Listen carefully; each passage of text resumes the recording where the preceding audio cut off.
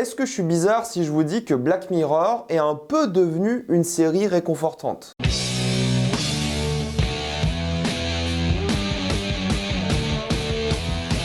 Black Mirror, saison 6. Comme d'habitude, jusqu'à la minute indiquée dans le titre de la vidéo, il n'y aura pas de spoilers, comme vous êtes tranquille. Et si vous n'avez pas vu les précédentes saisons de Black Mirror, vous pouvez quand même regarder cette vidéo. Black Mirror est une série qui parle des dérives extrêmes de la technologie et qui utilise chacun de ses épisodes pour créer une satire de celle-ci et de la société. Tout ça mélangé à une ambiance généralement très glauque et même à certains moments horrifiques. On plonge dans des aventures complètement différentes à chaque épisode. Avant de commencer, j'aimerais remercier le partenaire officiel de cette vidéo, c'est CyberGhostVPN et ses 38 millions d'utilisateurs et presque 5 sur 5 sur Trustpilot. Vous le savez, en France, nous avons la chronologie des médias qui nous empêche d'avoir un catalogue streaming vraiment intéressant comparé à tous les pays du monde. Par exemple, Avatar 2 est disponible sur tous les Disney+ du monde, sauf en France. Il faut avoir d'autres abonnements, mais sur Disney+, si vous l'avez, ce n'est pas possible. Même un film que j'ai beaucoup aimé comme Donjons & Dragons est disponible sur Paramount+. Prenez un VPN pour des pays comme la Suisse et le Canada et vous allez avoir la VOSTFR et même la VF si vous aimez ça. Allez aussi en Belgique par exemple, auquel vous pouvez ajouter la Formule 1 gratuitement sur RTBF. Et si vous consommez beaucoup YouTube, vous avez YouTube Premium pour moins de 2 € par mois avec un VPN en Argentine ou en Inde. Vous serez même plus en sécurité avec un VPN, que ce soit sur la Wi-Fi de l'université, de la bibliothèque ou de l'hôtel. Vous pouvez partager un compte avec cette personne au total, c'est disponible sur tous vos appareils préférés. C'est super simple d'utilisation, en quelques clics c'est fait sans problème. Vous pouvez essayer par vous-même quand vous êtes satisfait ou remboursé sous 45 jours et vous avez une assistance technique en français 24h/7. Utilisez le lien dans la description en carte à épingler afin de vous abonner à CyberGhostVPN et bénéficier de 83% de réduction plus 4 mois gratuits. Foncez sur l'offre. C'est assez ironique que ce soit Black Mirror qui arrive aujourd'hui à nous faire oublier l'atrocité du monde. Sachez que je prévois, je pense, une autre vidéo sur Black Mirror pour parler d'un sujet assez spécifique par rapport à la série qui est devenu problématique aujourd'hui, qui n'est pas forcément problématique dans la saison 6, mais qui est problématique de manière générale. J'en parlerai, je pense, dans une vidéo ce week-end ou un autre jour. Si je dis pas de bêtises, la saison 5 de Black Mirror est sortie il y a 4 ans déjà, mais c'est vrai que c'est pas une série à laquelle on veut forcément des saisons supplémentaires, parce qu'en réalité, chaque saison pourrait être la dernière, comme ils pourraient en faire d'une manière éternelle. C'est d'ailleurs la force de la série, c'est son format anthologique où chaque épisode est évidemment indépendant et vous pouvez regarder dans n'importe quel ordre, n'importe quelle saison et n'importe quel épisode de n'importe quelle saison. Alors oui, il y a des références à droite à gauche par rapport à des épisodes, des clins d'œil assez sympathiques, mais en soi, vous pouvez regarder chaque épisode de manière indépendante. Cette saison 6 contient 5 épisodes cette fois-ci, ce qui est plus que la saison 5 qui en avait que 3, donc c'est déjà bien plus sympa pour se mettre ça en bouche, mais en gros, c'est 5 épisodes qui vont de 45 minutes à 1h20, toujours une série d'anthologie et toujours évidemment avec le showrunner Charlie Brooker qui a créé la série et qui est toujours là pour parler de la série. C'est aussi pour ça qu'il y a beaucoup d'espace entre les saisons, c'est qu'en fait le gars travaille juste à l'originalité. Il a dit que s'il a des idées, il les fera en série et c'est ce qu'il a fait aujourd'hui. Et d'ailleurs, il y a une autre thématique qui lui tient à cœur, c'est l'atrocité du monde. C'est-à-dire que s'il trouve que le monde est trop affreux, il a pas envie de travailler sur Black Mirror parce que de base Black Mirror est assez affreux. Mais c'est le gros problème que j'ai avec la série aujourd'hui, j'en parlerai comme je vous l'ai dit dans une autre vidéo, mais c'est que la série, en fait, tu t'attends trop à ce qu'elle soit horrible. Du coup, ça gâche un peu ton plaisir, mais d'un autre côté, ça crée du réconfort parce que tu sais que tu veux voir Black Mirror pour le côté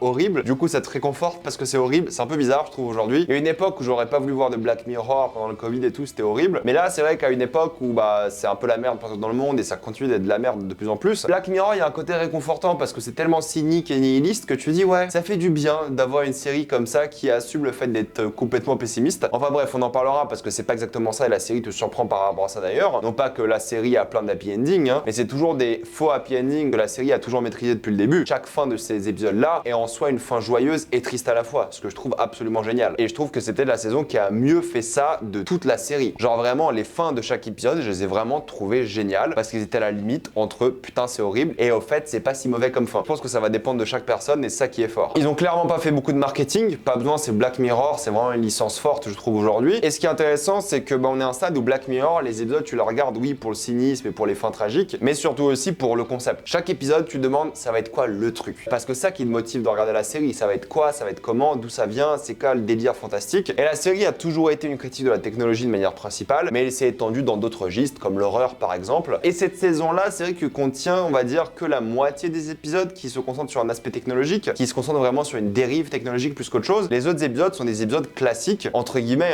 qui ont rien de technologique. Ou alors très très peu. C'est plus des épisodes fantastiques qu'autre chose. Et il y en a qui sont même pas fantastiques, qui sont juste des histoires qu'ils voulaient raconter, qui sont sordides. Du coup, ça ne va pas plaire plaire à tout le monde parce qu'il y a des gens qui veulent voir Black Mirror pour la technologie et ils vont pas du tout avoir accès à ça. En fait, il y a certains épisodes qui sont certes toujours des critiques de la société, mais qui sont un peu en retrait. Il y a des épisodes plus philosophiques dans la manière dont ils veulent s'exprimer que vraiment la critique sociétale et technologique. Moi, ça ne me dérange pas parce que je trouve que c'est une bonne idée que Black Mirror s'émancipe de la technologie parce qu'à un moment, la vérité est que le monde actuel est assez tragique d'un point de vue de la technologie et ils ont quasiment tout fait. Je pense que c'est un stade où ils ont plus d'idées technologiques et c'est normal parce qu'ils ont fait beaucoup de choses. Et là, j'ai juste l'impression que c'est un auteur qui a voulu raconter les histoires qu'il voulait. Il a juste utilisé Black Mirror comme excuse pour le faire. Et en vrai, ça me va. Si tu utilises une licence connue qui garde la même ambiance de la licence habituellement depuis 6 saisons mais qui évolue en même temps, c'est comme ça qu'on fait une œuvre. Et oui, cette saison 6 c'est un peu une évolution sans s'écarter de l'essence et l'origine de la série. Et si la saison 6 est la dernière ou alors il y en a 7, 8, 9 qui sortiront dans les 10 années qui viennent, ça me va aussi du moment que la qualité est au rendez-vous. La saison 5 avait pas mal déçu. Honnêtement, moi j'avais bien aimé. J'ai aimé toutes les saisons de la série. Je défends vraiment toutes les saisons. Et j'ai regardé la liste de tous les épisodes et je vous jure, dans la liste, je sais pas combien d'épisodes de tête, peut-être il y en a genre 22 ou un truc comme ça, peut-être un peu plus, un peu moins, j'en sais rien. Mais quasiment tous, je m'en rappelle très bien, je me rappelle du concept. Genre les épisodes de Black Mirror sont vraiment, d'après moi, tous hyper mémorables. Dites-moi si une vidéo classement des épisodes vous intéresserait, ça peut être marrant à faire. Donc de ce point de vue-là, je trouve qu'on a bien retrouvé le Black Mirror, tout est en essayant de s'émanciper un petit peu de ce que les gens connaissent déjà et en essayant de proposer de nouvelles choses. En termes d'écriture, je trouve que c'est vraiment bien, il y a quelques longueurs sur certains épisodes, il y a beaucoup de facilité sur certains autres, mais bon, c'est des formats assez courts. Qu'un épisode de 45 minutes ait quelques légères incohérences ou peut-être même, je dirais, facilité, ça me dérange pas du moment que l'histoire est émouvante et puissante. Et l'histoire est assez surprenante, mais que pour un épisode, je trouve. Le reste des épisodes 4 sur 5 sont vraiment prévisibles et c'est un peu le gros défaut de la série aujourd'hui, hein, c'est que on a un stade où Black Mirror, c'est trop prévisible parce que tu t'attends que à la pire chose possible et c'est souvent le cas au final. Donc le côté prévisible, il gâche un peu l'expérience, je dois vous l'admettre, mais je trouve qu'ils ont trouvé de bonnes idées pour cette saison. Ils étaient inspirés. En termes de mise en scène, c'est vrai que c'est pas toujours les choses les plus inspirées. Black Mirror n'a jamais été connu pour sa mise en scène, mais il y a quelques moments assez intéressants par rapport à la photographie de certains épisodes et un vrai travail sur l'éclairage pour vraiment donner de l'ambiance et beaucoup de travail sur le symbolisme. Mais c'est assez inégal. En fait, il y a certains épisodes qui sont vraiment forts en symbolisme, d'autres qui sont forts en photographie, d'autres qui sont forts en idées de mise en scène et d'autres qui sont juste là, qui existent sans trop d'idées. Donc on a un mélange où tu vois d'un côté les limites de réalisation, le fait que c'est vraiment inégal, il y en a qui sont vraiment bien foutus et d'autres qui sont juste normaux, banals. Et d'un autre côté, aussi le travail sur les effets spéciaux où tu vois qu'ils avaient un peu de budget mais pas trop. Et c'est ok parce que du coup ils montrent pas beaucoup de choses et c'est pas grave, c'est mieux même je dirais. Mais c'est vrai qu'il y a une vraie inégalité où t'as l'impression qu'ils ont mis beaucoup plus de budget dans certains épisodes que d'autres. Il y en a c'est presque des huis clos ou alors c'est dans des villages ou des trucs comme ça. Mais ça donne un charme à Black Mirror de pas avoir beaucoup de budget. Évidemment les acteurs ont toujours été au top dans cette série, vraiment aucun n'a jamais déçu. Et il y a un vrai mélange des genres, c'est-à-dire qu'il y a des épisodes qui sont très drôles, en même temps très satiriques, en même temps horrifiques et en même temps juste dramatique. T'as un épisode qui est juste un drame de SF vraiment tragique où genre tu souris pas un seul moment, où c'est juste horrible en fait. Et la série aborde plein de thématiques hyper intéressantes sur la société, sur l'art, que j'évoquerai uniquement en spoiler parce que ça serait vous spoiler un peu les éléments de la série. Et pour moi le fun de la série c'est regarder les épisodes et de deviner quel est le concept et de profiter du concept. Donc je vais pas aller plus en détail sur ça, je vais juste vous dire que Black Mirror c'est toujours aussi bien fait, c'est toujours aussi percutant. Oui on commence à s'habituer, c'est peut-être ça le gros défi de la série aujourd'hui si elle veut continuer, c'est essayer de nous surprendre, essayer d'aller encore plus loin, mais en tout cas pour moi elle m'a vraiment pas déçu, que ce soit l'acting, que ce soit certains visuels, que ce soit les idées, mais surtout le scénario. Je trouve que ça reste une série vraiment brillamment écrite. Donc ouais, Black Mirror saison 6 c'est peut-être pas la meilleure saison, mais c'est dur de dire quelle est la meilleure saison parce que les épisodes sont tellement inégaux dans chacune des saisons et il y a tellement un nombre différent d'épisodes par saison que c'est vraiment le bordel. Mais en tout cas voilà, je vous recommande cette saison, pour les fans vous allez beaucoup aimer, c'est vraiment hyper divertissant, j'ai tout regardé d'un coup, j'ai passé un super moment. Black Mirror ça vaut toujours le coup et c'est une très bonne nouvelle. Maintenant on va passer en spoiler.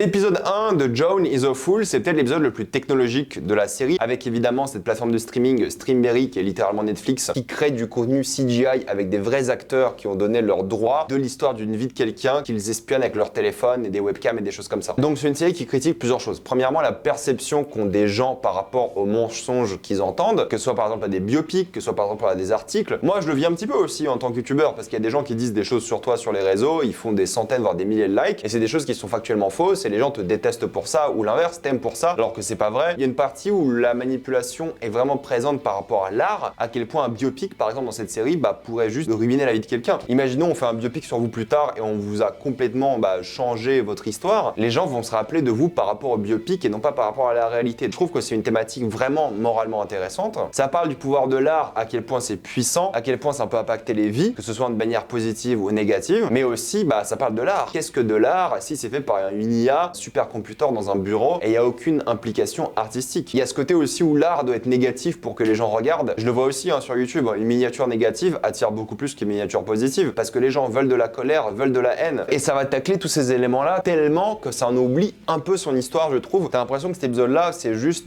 on va aller de thématique en thématique, et on va oublier nos personnages, on va oublier notre histoire. Oui, ça continue d'en parler, mais tout est tellement prévisible. La fin, tu la vois venir à des kilomètres, même si ça traite aussi du fait que des acteurs donnent leur image, comme Bruce Willis l'a fait, pour continuer à jouer dans des films, même après sa mort, par exemple, ou même sa retraite, dans son cas. Moralement, c'est intéressant aussi d'en parler. C'est ça le problème que j'ai avec l'épisode, c'est que oui, il est trop cool, mais c'est juste pour moi un enchaînement de critiques de la société, de critiques de Netflix. Vous allez me dire, c'est cool, Netflix sont ouverts d'esprit. Non, c'est juste que Netflix veulent vous faire croire. Toutes les plateformes comme Amazon le font avec des séries, Disney l'ont déjà fait avec des séries et des films. Ils veulent vous faire croire qu'ils sont ouverts à la critique, mais au fait, c'est juste que les gens aiment quand les entreprises s'autocritiquent. Mais il n'y a rien de courageux là-dedans. C'est juste Netflix qui s'autocritique et c'est pas non plus la première fois qu'ils le font. Il n'y a rien de courageux à une grosse boîte de laisser un auteur les critiquer. Vraiment rien. Et croyez-moi, si l'auteur disait quelque chose en interview, Netflix serait pas aussi sympa. Mais vu que là, c'est dans le cadre de l'art, ils acceptent. Mais en dehors de ça, croyez-moi qu'ils désingrènent n'importe qui. Donc pour le coup, ne soyez pas naïfs sur ça. C'est un épisode qui arrive vraiment au bon moment parce que c'est un épisode de soutien en soi à la grève des scénaristes. Il explique que sans scénariste, tu peux pas faire de l'art, mais malheureusement, ça cartonnerait et c'est ce qu'on voit avec la série. Elle cartonne alors que c'est faux. C'est aussi une critique de la télé-réalité, la manière dont on manipule les gens. D'ailleurs, Charlie Brooker a déjà travaillé sur des fausses télé-réalités, donc il connaît tout ce système-là. Donc tout cet épisode-là, c'est une critique de 1 milliard de trucs et c'est ça que j'ai beaucoup aimé aussi. Mais c'est ça aussi qui a réduit pour moi la qualité de l'histoire. Il y a un côté méta à l'épisode évidemment, surtout par rapport à la fin. Les acteurs sont clairement en autodérision. J'adore Annie Murphy par exemple, mais aussi Salma Hayek, Michael Cera. C'est un épisode qui est assez négatif en soi, mais qui a une fin qui est en mode happy ending, mais malheureux, comme tous les épisodes. C'est-à-dire que oui, elle a fini avec un bracelet électronique et elle a été virée de son job corpo qui payait sûrement bien. Et maintenant, ils sont juste lancés dans le café qu'elle voulait avoir depuis toujours. Et elle est même copine avec Annie Murphy, quoi. Donc dans chaque tristesse, je dirais, de chaque épisode, il y a un peu de beauté. On en parlera après, vous allez voir. Et évidemment, ça part du libre arbitre et des choses comme ça, mais oui, ça reste l'épisode le plus positif, je trouve, de la saison. Et je l'ai beaucoup apprécié. L'épisode 2, il est assez intéressant parce que tu sais pas c'est quoi vraiment l'histoire. En fait, tu te demandes, ok, c'est un petit village écossais, ça va être quoi l'histoire? On va parler d'un assassin, d'un meurtrier, et là, c'est un épisode qui critique clairement la curiosité morbide des documentaires de serial killer que Netflix fait. Il y a plein de phrases sur ça. Ah t'as pas vu ce documentaire là, t'as vu celui-ci. Ça va clairement critiquer ça, ça va le mettre sur le devant de la scène, évidemment. Ça va tellement le pousser au bout, ce truc. Les choses sur la serial killer, les dramas, les documentaires, qui vont gagner une récompense à la fin, un BAFTA, et ils vont célébrer en plein milieu du dark tourisme qui critique aussi, qui rapporte de l'argent. Ce qui les intéresse, c'est l'argent au final. C'est la récompense, et il y a juste personnage à la fin qui a une sorte de révélation où il se dit, au fait, ouais, ça valait pas le coup. Et la note à la fin, elle est incroyable. Sa mère, mine de rien, a fait un geste de bonté assez absolu. Mais bref, c'est un épisode qui est assez intéressant parce que tu sais pas de quoi ça va parler. Est-ce que ça va parler de racisme? Est-ce que ça va être une enquête? Est-ce que ça va être une critique juste des documentaires de serial killer? Et en fait, c'est plus que ça. C'est l'histoire de l'amour d'une femme pour son fils. D'ailleurs, des passages extrêmement lugubres, je trouve, dans cet épisode-là. La vidéo vraiment de tuerie à la fin que tu vois pas vraiment, elle est extrêmement malsaine et m'a vraiment déstabilisé. Pour le coup, c'était le pire moment de cette saison. Mais la note à la fin contraste parce que t'as l'impression que cette femme-là l'a mis cette vie de côté. Et maintenant, c'est pour ça qu'elle est sage et qu'elle vit sa vie normalement. C'est qu'en fait, elle regrette, j'ai l'impression, ce qu'elle a fait. Certes, elle essaie de s'en cacher, mais j'ai l'impression qu'elle a voulu tourner la page. Tu vois qu'elle essaie d'être gentille avec tout le monde. Tu vois qu'elle fait des efforts sur le wokisme, sur le végétarianisme et des choses comme ça. Tu vois qu'elle essaye. Et même s'il crée une tension autour de ça, t'as pas l'impression que c'est pour faire du mal aujourd'hui. Dans son étrangeté de serial killer, il y a un côté assez convivial, je trouve, qui est déstabilisant et c'est le but de la série. Et à la fin,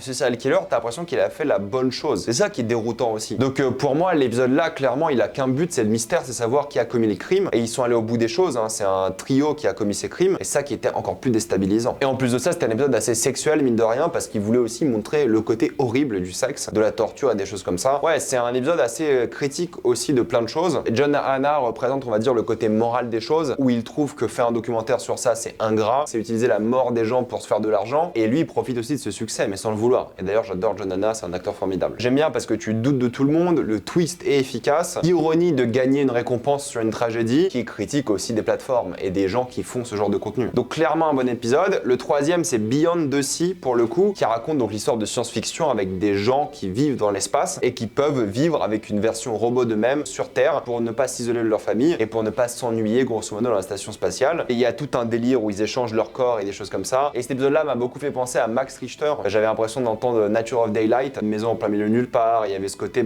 photographie très éclairée, beaucoup de musique classique et des choses comme ça. C'était un bel épisode visuellement, qui était un peu long je trouve pour l'histoire qu'il voulait raconter. Mais il y a des beaux parallèles entre les différents mariages, les différentes personnalités, les familles qui vivent les choses différemment. Une famille qui était fonctionnelle qui est punie et l'autre qui est dysfonctionnelle criminel qui est aussi puni mais différemment, une sorte de punition divine mais pas trop, il y a vraiment quelque chose d'hyper complexe. On parle de traumatisme, on parle de secte aussi à un moment évidemment, on parle de nature, on parle de libre arbitre aussi, on parle d'identité, on parle de solitude, on parle de famille. On voit que le personnage d'Aaron Paul, c'était pas un bon père ni un bon mari. Et c'est pour ça que l'autre personnage l'a puni en lui prenant sa famille, c'est qu'il ne la méritait pas d'après lui. Le plus glauque dans cette histoire, c'est que son fils a pensé que c'est lui qui l'a tué et non pas quelqu'un d'autre. Les chansons sont vraiment bien utilisées, sont bienvenues. Le conflit de tomber amoureux de quelqu'un d'autre dans le corps de ton mari est bien fait aussi, je trouve. Les acteurs sont tous géniaux évidemment. C'est un peu trop long pour ce que ça veut raconter, même si le final est vraiment excitant, mais la fin est vraiment géniale et pour le coup elle est extrêmement pessimiste. Pourquoi? Parce que du coup cet homme-là est coincé avec l'homme qui a tué toute sa famille pour sûrement des mois, voire des années. Si ce n'est pas pour toujours parce que tu les vois aller dans la profondeur de l'espace. Mais en gros c'est un vaisseau où il faut 2 personnes et s'ils veulent survivre, ils sont à tous les deux coincés ensemble pour le restant de leur jour, sans moyen de retourner sur Terre, entre 2 personnalités qui vont sûrement pas s'entendre. Mais tu sais que le personnage d'Aaron Paul, il donnerait sûrement pas sa vie, donc il va jouer le jeu. Ils vont se détester, hein, ou peut-être ils vont s'entretuer, mais il va jouer le jeu et il va essayer de rester en vie. Donc la situation dans laquelle ils sont, c'est partager ce petit espace-là pour toujours, c'est vraiment glauque, et ils vont sûrement aussi devoir se partager le dernier robot. Maintenant, ils pourront se partager le robot, parce que tout ce qui l'empêchait de partager le robot, c'était sa famille. Mais maintenant qu'il n'y a plus de famille, en soi, ils pourraient se le partager. C'est la fin qui est pour le coup la plus glauque de l'épisode, et qui a plutôt bien marché aussi sur moi, mais juste l'épisode, j'ai trouvé un peu trop long. 1h15 pour ça, c'est quand même pas mal de temps. L'épisode 4, Mazy Date, je l'ai vraiment bien apprécié au début. Je me suis dit, bon bah voilà, c'est un épisode critique des paparazzis, du star system et des choses comme ça, de leur système économique, tout ça, tout ça. Bon, voilà, c'est quelque chose d'assez banal entre guillemets. C'est bien foutu, mais sans plus. Et bim, d'un coup, gros plot twist. La fille qui doit être photographiée, c'est un loup-garou et elle veut tuer tout le monde. Et je m'y attendais grave pas et j'ai beaucoup aimé parce que c'est le seul épisode où je m'y attendais pas. Je me suis dit, bon bah voilà, c'est juste une critique des paparazzis. Mais les paparazzis sont clairement punis en photographiant un loup-garou. Ils auraient clairement pas dû être là. Du coup, une mauvaise intention qui devient une bonne intention est punie parce qu'à la base, c'est une mauvaise intention. Mais quand même célébrée à la fin parce qu'elle prend des photos absolument géniales. J'ai beaucoup aimé cet épisode-là, c'était le plus court. Le début est un peu long aussi parce que je sais pas vers quoi va l'épisode. Mais quand le plot twist arrive, tu comprends l'épisode et tu te dis, ah ouais, en fait, c'est vachement bien. Donc j'ai beaucoup aimé le twist, j'ai beaucoup aimé la fin, j'ai trouvé vraiment efficace et ça en devient d'après moi l'un des épisodes les plus mémorables de la série. Je ne sais pas si l'épisode 5 c'est celui que j'ai le moins aimé parce qu'au final, oui, j'aime beaucoup le démon, son caractère, l'alchimie qu'ils ont entre les deux, la fin qui est au final encore une fois pessimiste parce que le monde est anéanti et les 2 personnages principaux vont vivre dans le néant éternel, mais en même temps ils vont être ensemble et tu vois qu'ils sont un peu amoureux, tu vois qu'il y a un truc entre les deux. Donc oui, la fin j'ai bien aimé, mais c'est que l'épisode est pareil assez long. Ça parle de la haine qui est enfuie en chacun, ça parle justement de racisme, xénophobie, de qu'est-ce que ça fait de se sentir rejeté par la société. Ça parle de cette colère évidemment. En même temps, c'est aussi une histoire d'amour en soi, ou en tout cas une histoire d'amitié. Ça fait très 70s aussi comme ambiance. J'ai aussi beaucoup aimé le fait que le politique survive à la fin, parce que c'est pas comme ça qu'on fait les choses, mais bim, t'es puni. Parce que s'il avait été tué, le monde n'aurait pas été détruit. Pour moi, il y avait 2 options pour la fin. Moi, je voyais l'apocalypse comme ils l'ont fait dans cet épisode, ou alors elle allait tuer le politicien et le politicien allait devenir un martyr pour justement la xénophobie et le racisme, et du coup, ça allait créer encore plus de problèmes et créer une sorte d'autre apocalypse. Le méchant aurait été remplacé. C'est un épisode assez cruel, mais je trouve que l'actrice principale a fait un énorme taf, vraiment très bon travail. Le démon aussi était génial. Je me suis vraiment éclaté durant cet épisode. J'ai passé un bon moment, comme tous les épisodes au final. Oui, certains sont plus profonds que d'autres, au dépend de l'histoire certes, et oui, certains sont un peu longs et trop prévisibles, je dirais, mais quand même, c'était un super moment et j'ai adoré ma soirée à regarder justement cette saison 6. Mettez-moi votre classement de ces épisodes dans les commentaires. Dites-moi celui que vous avez le plus adoré, celui que vous avez le moins aimé. J'ai envie d'avoir votre avis, tout ça dans les commentaires. Comme d'habitude, pensez à vous abonner à la chaîne pour plus de vidéos. Mettez un j'aime, ça aide beaucoup la chaîne. Suivez-moi sur tous mes réseaux et avant de quitter cette vidéo, pensez à utiliser le lien dans la description, quand épinglé, afin de débloquer toutes les plateformes de streaming en toute accessibilité et sécurité. Tout ça pour 2,03€ par mois plus 4 mois gratuits. Foncez sur l'offre et moi je vous dis à la prochaine fois. Salut à tous.